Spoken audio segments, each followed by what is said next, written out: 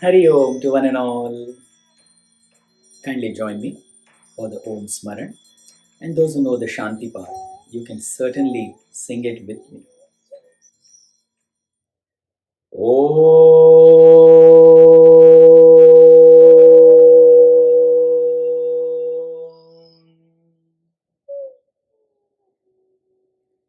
Sadashivasamarambham Shankaracharya-madhyamam Asmadacharya-paryantam Vande Guru Paramparam.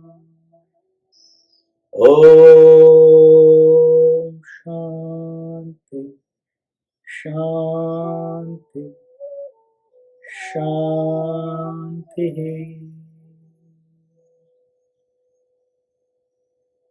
Hari Om Shri Gurubhyo Namaha. Hari Om and welcome to one and all. So, up till now, we have seen the variety of consideration that we ought to have so that we continue on this journey of Vedanta. Very quickly, if I enumerate them, the first thing is the Vishaya topic. The topic being Vedanta. Next, the Adhikari, meaning a fit student, a student endowed with the fourfold means. Fourfold means to what? To reach that goal. Then Prayojana, meaning for whose benefit is this study? Who is that person? The person is the Mumukshu, as we have explained. And finally, the Sambandha. What is the link or the connect between this study that we are doing and the goal? So, one has to understand this very clearly, that this is that study which is going to lead that mumukshu to its goal. Therefore, we need to genuinely think about these four aspects in detail and in depth. Therefore, I have been speaking about this so very often. From last 4 sessions, I have been emphasizing on this. One would wonder, but why is it required to emphasize so much? It is obviously, if I am studying a particular field of science, in that particular field of science, if I'm taking a book to have the study, then that book is going to explain to us about that particular topic only, isn't it? It's only natural to understand that. So why is that Shastra is emphasizing so much on this particular aspect? That is because inherently we all know, every one of us knows, we don't need to be told by anybody, leave alone Shastra, that the world we live in is impermanent. We inherently know this. And inherently we know that anything that is impermanent, that means it is come out of something which has to be permanent. That means this impermanent is an effect. Inherently we are aware of this, that there has to be something permanent. We may not know what it is, where it is, how it is, that is understandable. But inherently we know. How do we know inherently? How can we say that way? Because every one of us is only and only wishing and wanting permanency. Permanency is what we seek in our life. Therefore, it is deducted that yes, every individual inherently knows this, that there is some permanency somewhere. But that is inherent. But here Shastra is expressly pointing out, yes, what you inherently know is expressly being told to you, okay, yes, there is something which is the permanent. And this is that book, this is that study which is going to guide you to that. This confidence, this clarity that what I am seeking, the permanence, this is the study which is going to take me there. What will happen by this confidence in this study? When I have the confidence in the study that I am doing, that this is that study which is going to make me reach to my goal, what will it make you do? It will make your mind focused. It will not make your mind frivolous. Not this, maybe I will, study Bhagavad Gita. Or maybe, I will study something which is somewhere else. Maybe next year I will start taking it. Why? Why will that not happen? Because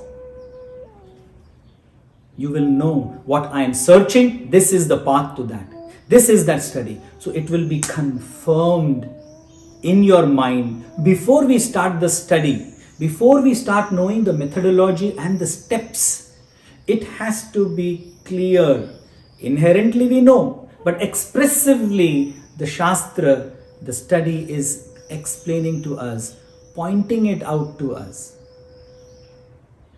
that this is the study which is going to lead you to your desired goal that you so badly want. You have a burning desire of it. Therefore it is necessary. I hope I am able to make it clear. I am trying to express myself in the most simplest of the language, the words that I know, the capacity that I have to explain in the most simplest way. But I hope you all are able to understand the gravity of what we are studying. Moving ahead. As put in the message to y'all, the sessions that we have been conducting, all these sessions have took us to a particular path. Our mind has been molded in a way that we should start thinking.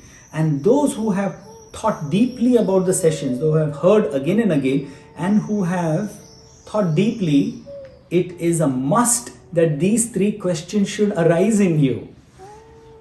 It must arise in you. What is the first question? You may look at the message if you have it in your hand. The first message is, what are these fourfold means for the inquiry into the truth? This inherently the question should be there. What is that fourfold? It starts from sama up to mumukshutvam. The next natural query that should come to you is truth. Inquiry into the truth. What is this truth that results in liberation? Liberation. Brahman, that which is the ultimate truth. Of course, as the sessions go ahead, all these terms that I use, they will be explained in absolute detail, because that is the requirement of this whole study. Why are we studying? So that we understand these things. And the third question's query that should naturally arise in you after listening, after having the second query, what does liberation mean? What does this liberation mean? I had used a special word there, Swanubhuti. Swanubhuti means knowledge of your own self. Self-knowledge. Anubhuti, to know. Swa, your own self. Swanubhuti. Liberation means what? From what? And then there is a sentence down below which I have put. The liberation or ignorance to knowledge, from darkness to light, from death to immortality. Those who are back in India and who have heard this beautiful invocation, these are words translated from this invocation. I will very quickly say that invocation. Om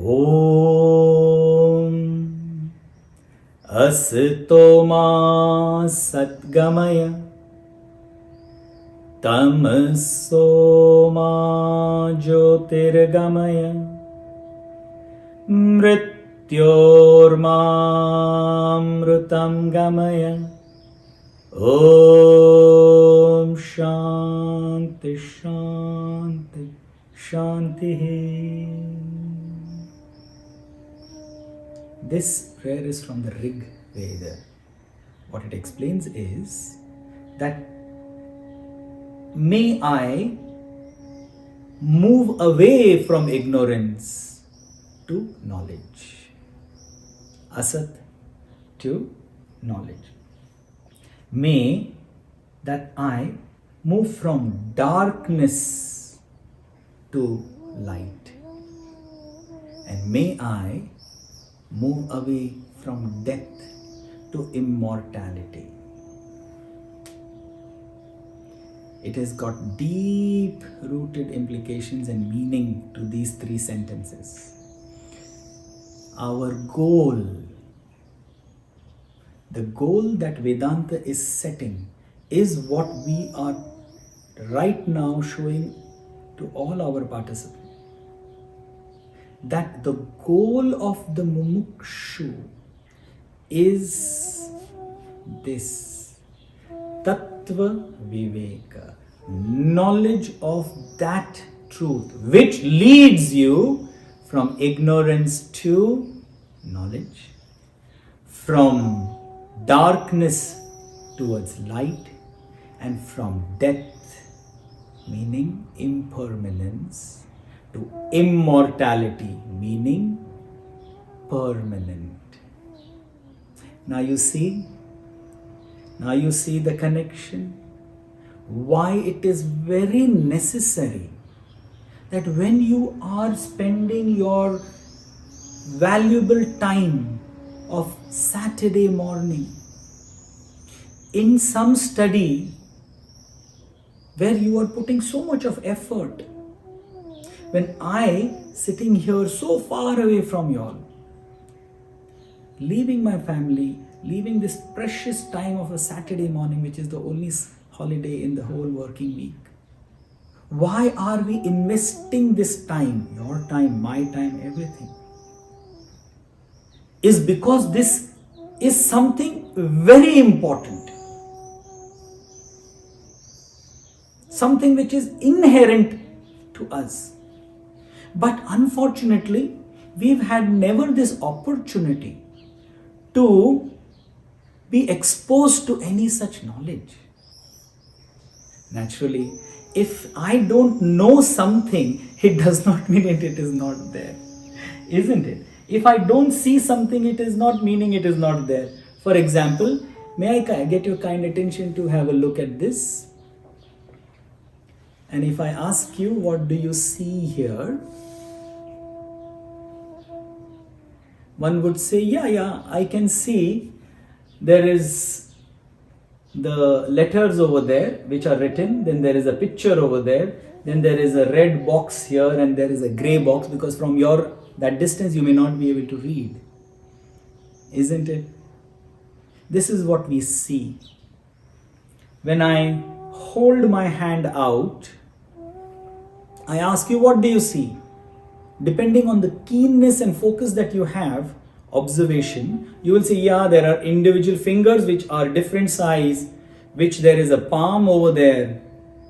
And then somebody who is very focused, he will say, you know what? I can see the different lines on your hand. But there will be few who will say, no, you know what? I can see you also, I can see the background also, I can see everything. It depends on how observant you are. But how many of you are going to say that I see light? Without light, can you see the hand? Can you see me? Can you see anything else? No. But it doesn't come to a perception instantly. That, oh yeah, light is also there. Why? Because we cannot see something which is right in front of us because it's so inherent. It is so natural that, yeah, there is light, that's why I'm able to see. But we didn't say that. It didn't come to our mind. In the same way, we miss out the most inherent thing that is there in us, the permanent factor. And Vedanta only does this much, that it points out to us, to that mumukshu, what is that inherent which we miss out seeing in our day-to-day life, in our busy life, in our so important life. Life is so important. I have to live well. I have to take, all those things are good. Everyone does that. Not only humans. Every living being does that. Whether it is an ant or even it is the gods that we speak of. Inherent in the ant, from the ant, I'm just giving an example. It can be the microscopic bacteria or virus, anything. Wherever life throbs, from that microscopic to the universe last corner, till there is the life, what we call as life. There is one single underlining factor throbbing in everything, and that is the permanent factor in one and all. Vedanta, the study that we are doing, has only this goal, that it points out that to us. Therefore, it is very necessary to understand the goal of Vedanta is Tattva Viveka, knowledge of that truth. For whom is this knowledge of the truth explained? To that mumukshu.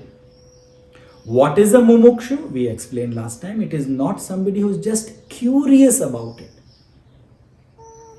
It is somebody who has this burning desire to know this, what we have just spoken about. Yes, I understand. Shastra has given a list of 9 virtues that one should have. Viveka, Vairagya, the Samadhi, Shatka, and then you reach to Mumuksha. It is very difficult. They are very high standards. Obviously, they are going to be high standard. Why? We are trying to know something which is subtlest of the subtle. Subtlest of the subtle. Meaning, it is not gross. With gross things we can see with the eyes. But the subtle things we cannot see with the eyes. So what we do, we have a microscope or we have a telescope.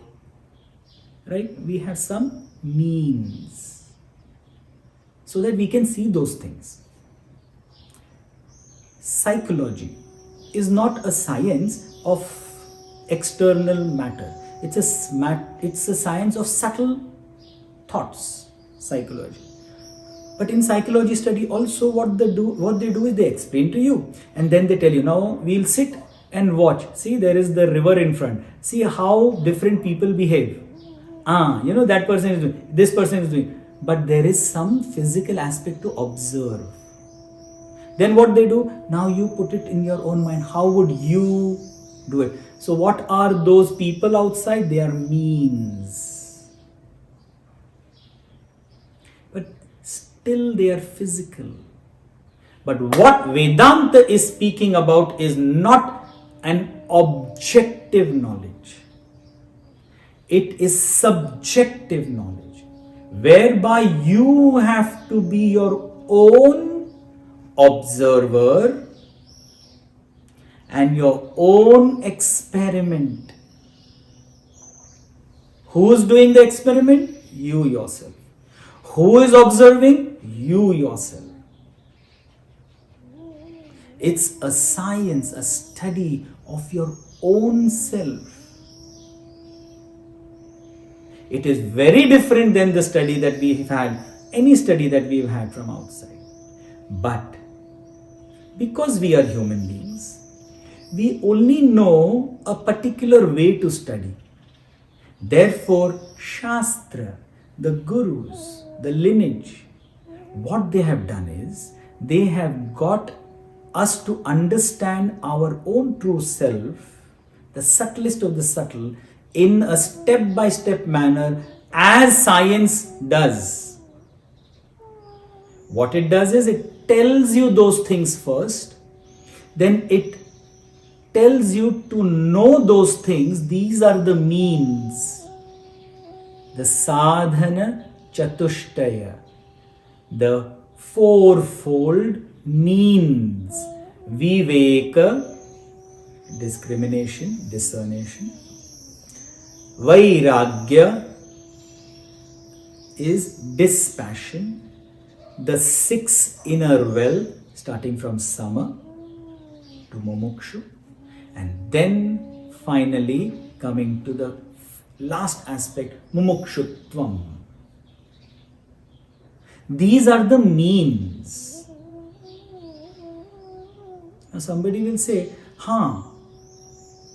it is so difficult to have all this that it is impossible for any human being to have that. So I don't think I can start on this. It is difficult, no doubt. To have control of mind is the most difficult thing. Forget control of mind. Control of your actions is so difficult. Control of your tongue, your speech is difficult. Tongue has got 2 things to do. When it speaks blatantly, and second, it wants good tasty food to control. These are difficult things. Why? Because you are not learning something simple. Your demand is something extraordinary.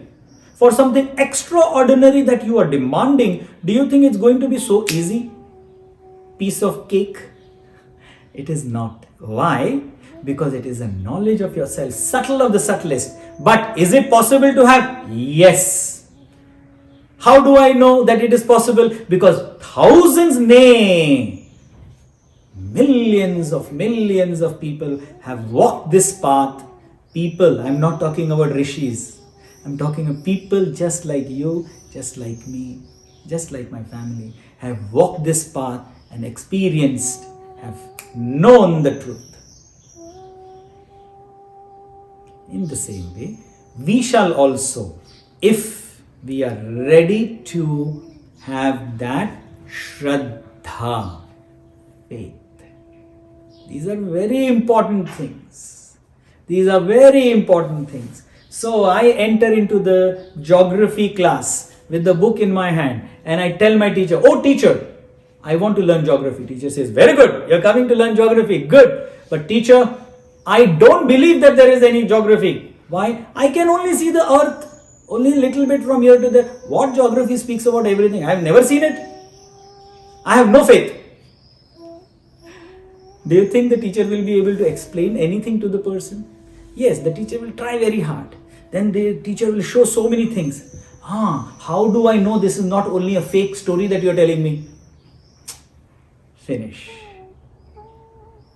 The first thing you must know is that you should have this faith.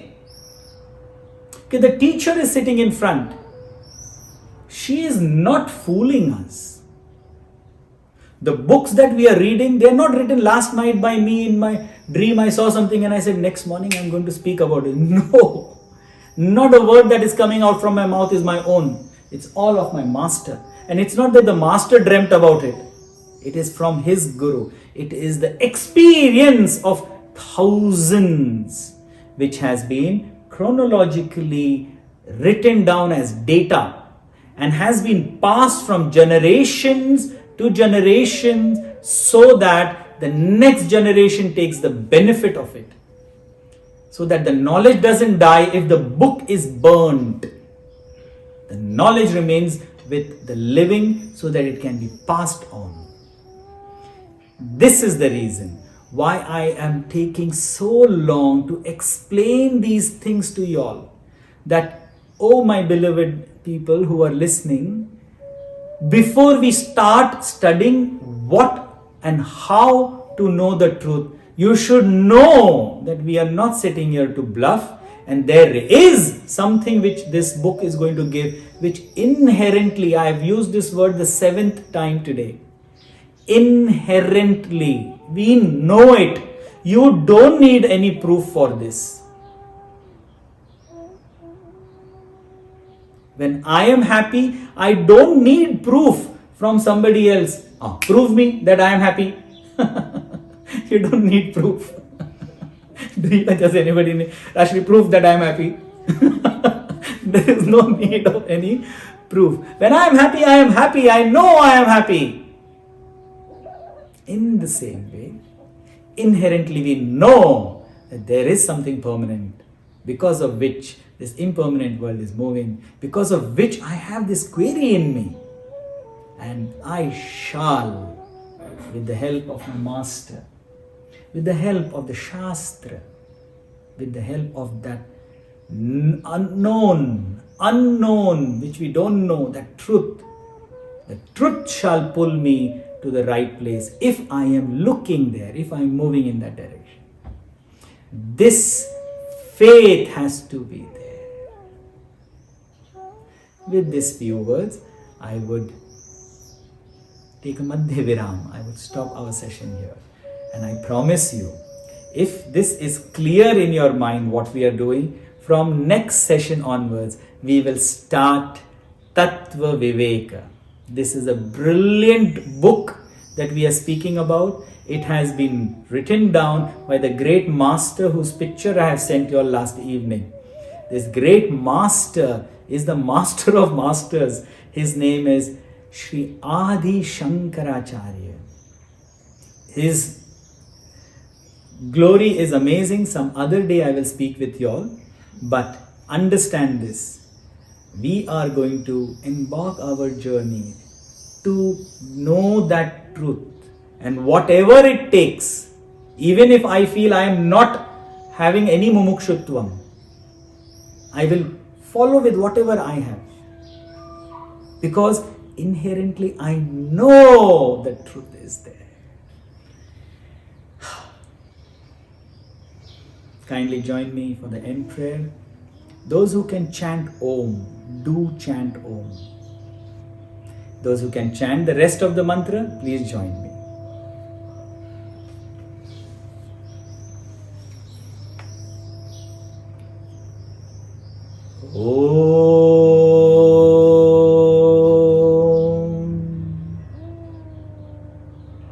Purnamada Purnamidam Purnat Purnamudachyate Purnasya Purnamadaya Purnameva Vashishyate. Om Shanti Shanti Shanti. Hari Om Shri Gurubhyo Namaha. Hari Om. Hari Om to one and all. And we meet next week. I will try to upload the video as soon as possible. And then you can revisit what we have spoken. I shall also await people's response on the WhatsApp messages that we send. You can communicate with me. You don't need to only speak or discuss after 3 weeks. We can communicate in them if you wish. Hari.